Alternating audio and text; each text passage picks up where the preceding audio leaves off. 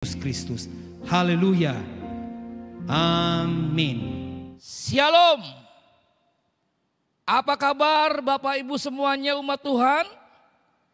Sekalipun sampai saat ini kita masih beribadah secara online, saya percaya kita semua pasti diberkati. Yang terpenting Bapak Ibu, kita mau sungguh-sungguh ibadah. Dan saya percaya kita pasti diberkati. Hari ini saya memberikan tema khotbah dengan tema tetap kuat di tengah badai. Katakan bersama saya tema kita, tetap kuat di tengah badai. Bapak Ibu, badai pandemi yang kita jalani Bapak Ibu sudah 1,5 tahun lebih. Dan saya percaya sebagai orang yang mencintai Tuhan, sebagai orang yang mengasihi Tuhan, apapun badai kehidupan yang saat ini kita sedang hadapi, bersama Yesus kita pasti kuat, pasti bisa. Karena Tuhanlah sumber kekuatan buat kita semua. Yang percaya, yang setuju, yang sepakat katakan amin. Bapak Ibu, ini kebenaran yang kita perlu sadari hari-hari ini. Seluruh dunia menghadapi badai kehidupan. Seluruh dunia mengalami pandemi yang sama. Tapi saat ini saya mau katakan, sekalipun kita berada di badai yang sama, tapi kita berada di dalam perahu yang berbeda. Badainya boleh sama Bapak Ibu, tapi perahunya yang berbeda. Inilah yang membedakan kita. Inilah yang membuat kita tetap kuat di tengah badai. Karena apa? Perahu kita yang mengendalikan, yang menjadi jurumudinya, yang menjadi drivernya adalah Yesus Kristus Tuhan.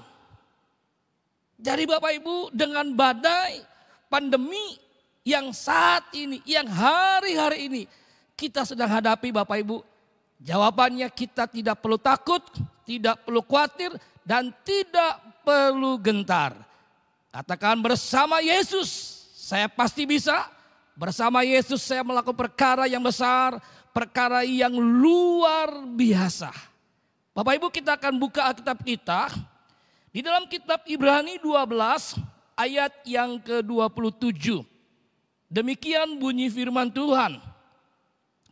Ungkapan satu kali lagi menunjuk kepada perubahan.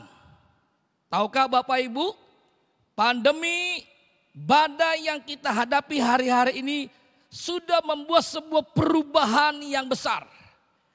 Perubahan dari kehidupan yang normal menjadi kehidupan yang tidak normal. Orang berkata new normal, normal yang baru. Buat saya Bapak Ibu, normal yang baru adalah normal yang tidak normal. Kenapa saya kata demikian Bapak Ibu? Karena kita hidup tidak seperti normal yang lama, tapi berada di normal yang baru. Kita harus banyak beradaptasi. Contoh, kita harus pakai masker, kita harus jaga jarak, kita harus sering cuci tangan, dan masih banyak hal yang kita perlu kerjakan.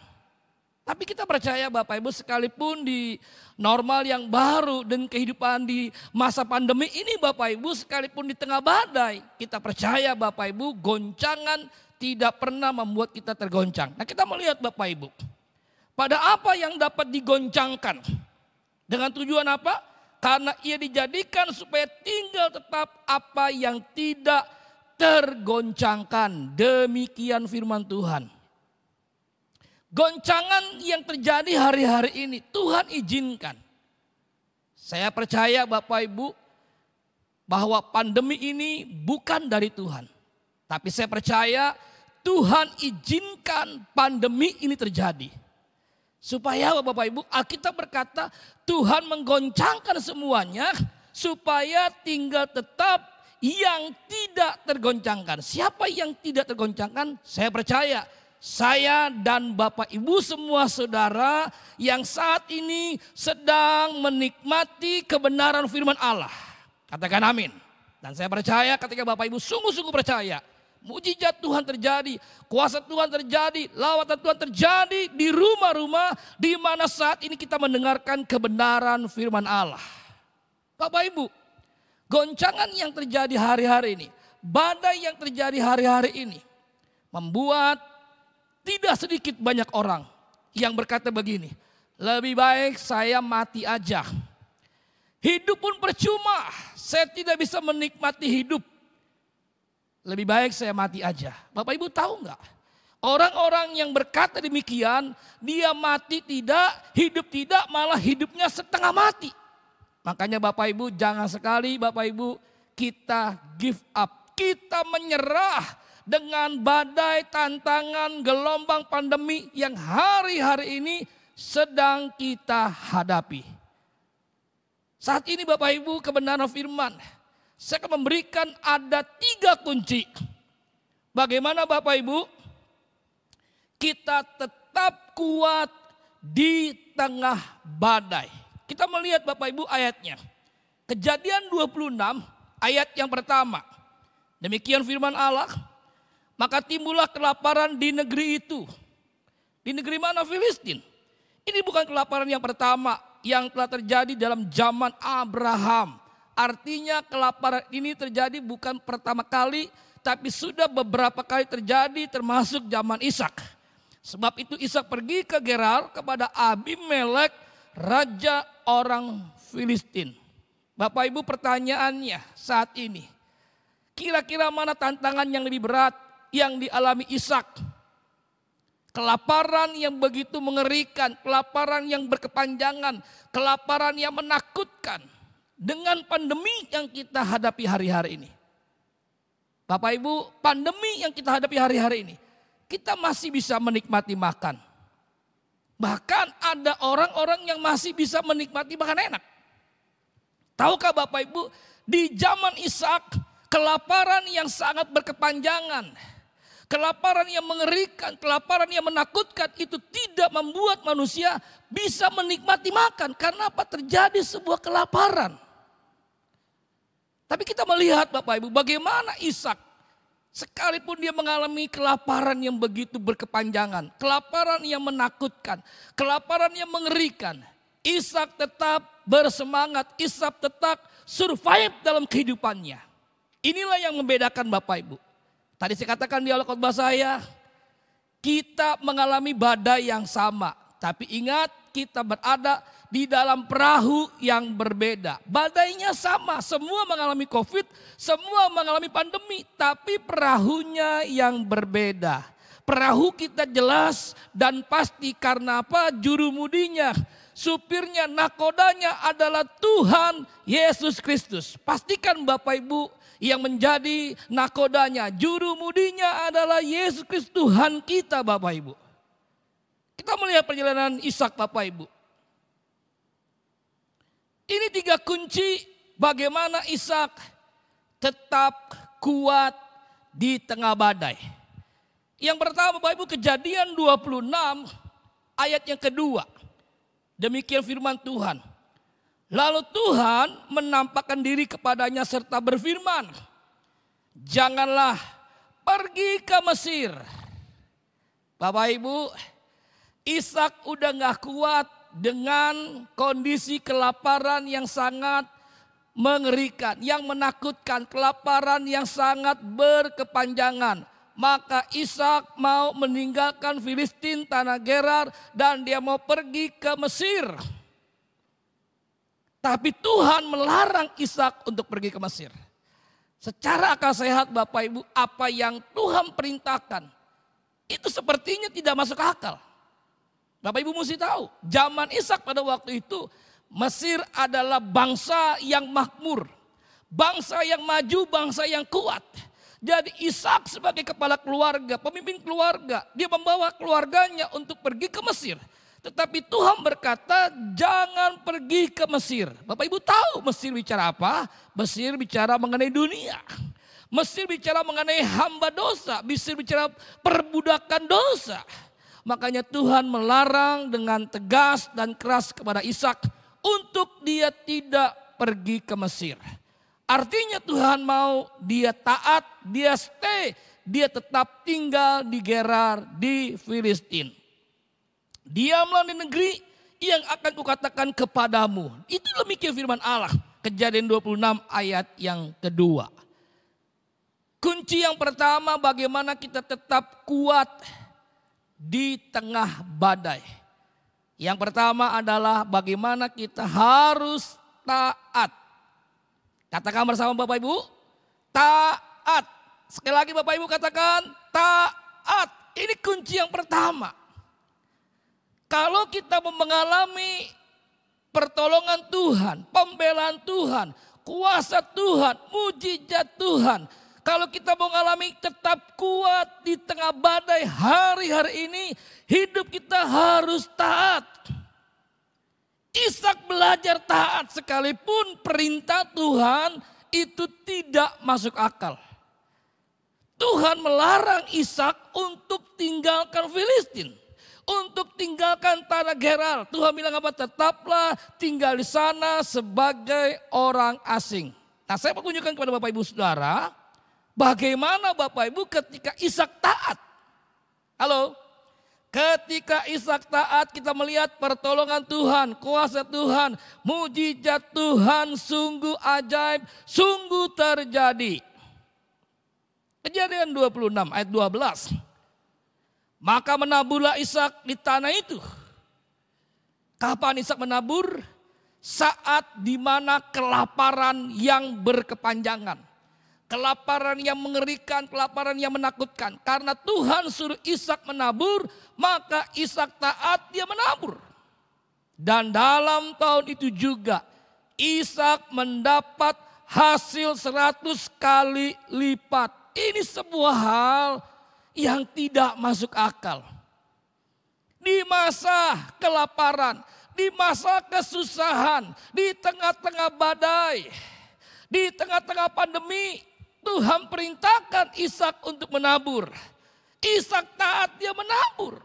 Dan Alkitab berkata dia mendapatkan hasil 100 kali lipat. Kenapa saudara?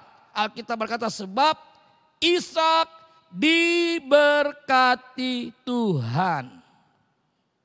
Umat Tuhan mau mengalami kuasa Tuhan, mau mengalami mujizat Tuhan, mau mengalami pertolongan Tuhan, mau tetap kuat di tengah badai. Kunci yang pertama, mari kita mau taat. Dengar dengan baik umat Tuhan. Makin kita berontak sama Tuhan, kita makin sengsara. Makin kita keras hati, makin kita berontak, maka kita makin susah hidup ini. Ia membuat kita Bapak Ibu tidak mengalami pertolongan Tuhan.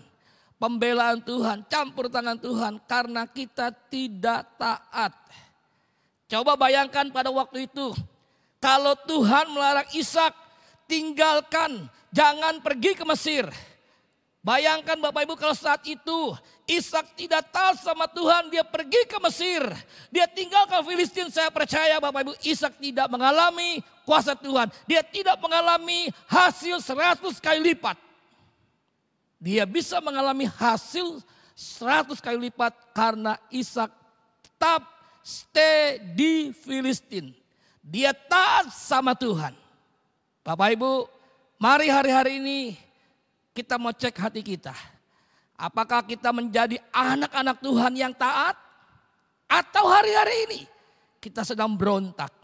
Kita sedang melawan Tuhan. Kita tidak sedang taat kepada Tuhan. Bahkan kita mau atur Tuhan. Kita bertanya Tuhan kenapa pandemi ini terjadi? Kita berkata Tuhan kenapa ini belum selesai? Dengar dengan baik Bapak Ibu. Jangan pusingkan pandemi.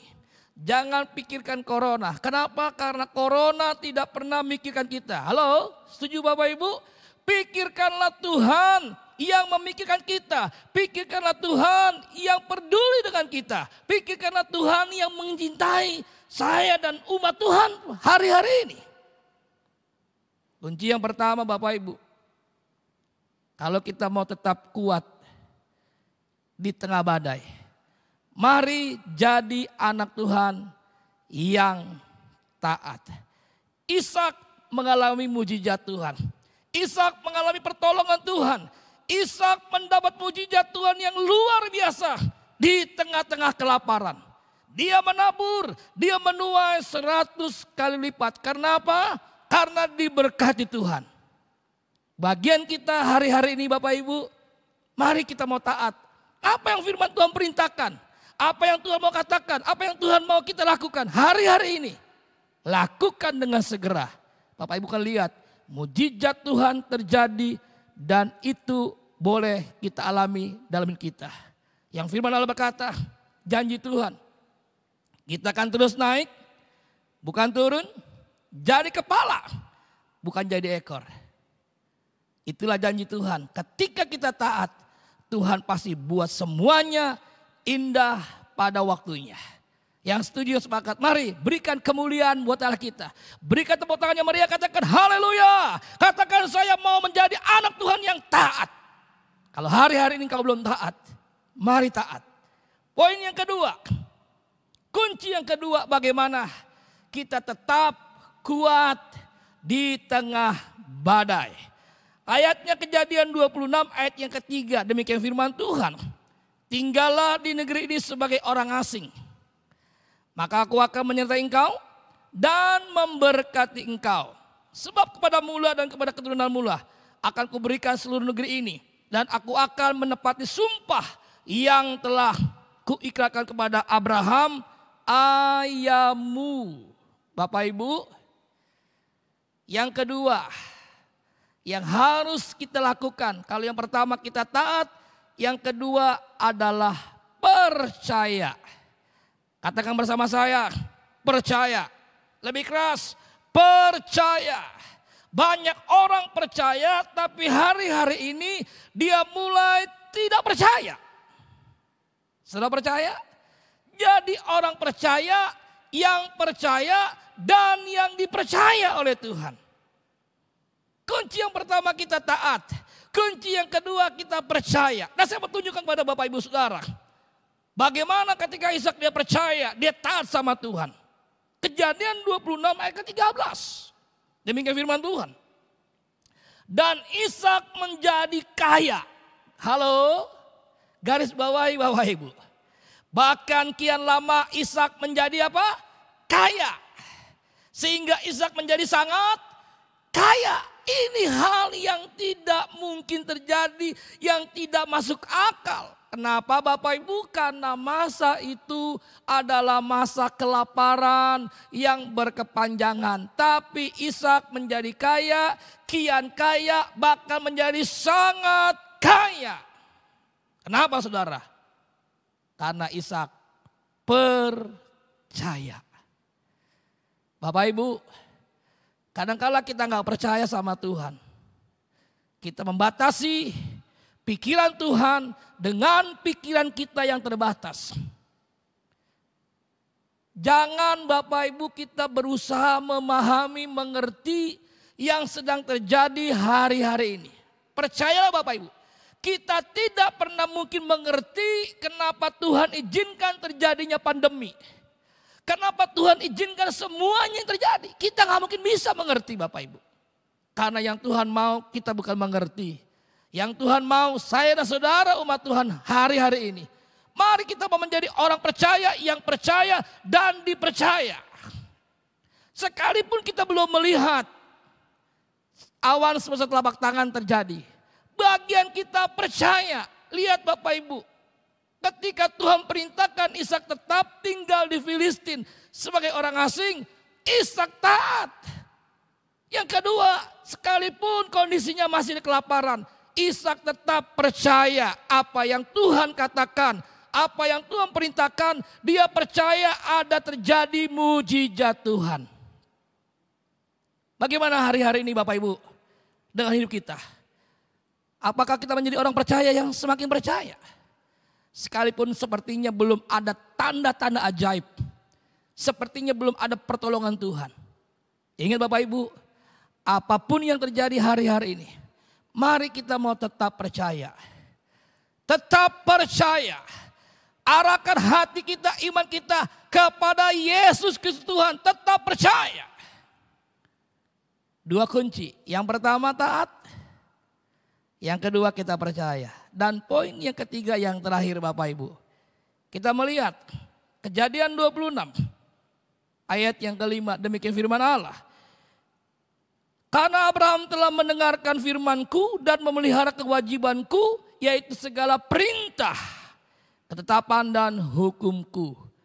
Poin yang ketiga, bagaimana Bapak Ibu kita bisa menjadi pribadi yang tetap kuat di tengah badai.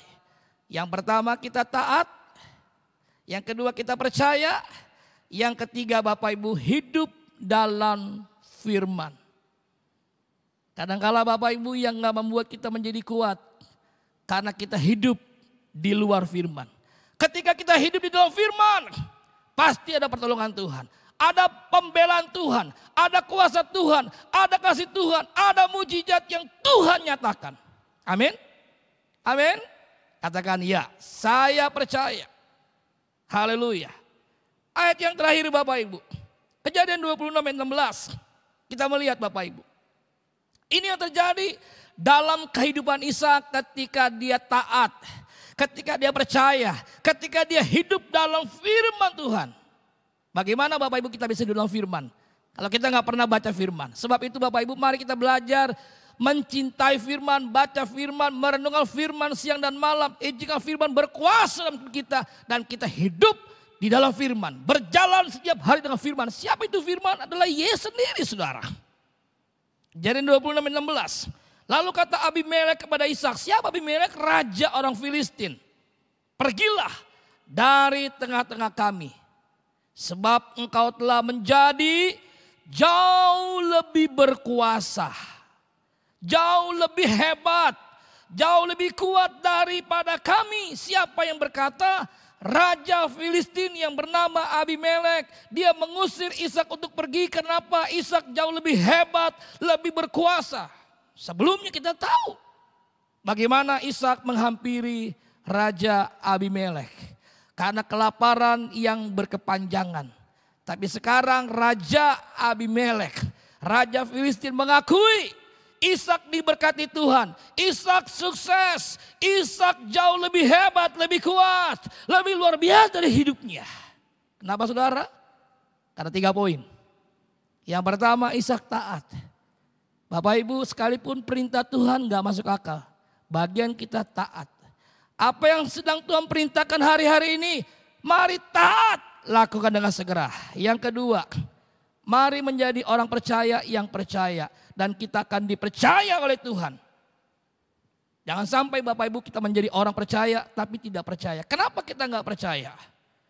Karena kita fokus kepada masalah hidup kita, persoalan kita. Mari kita fokus kepada Yesus. Lewat apa?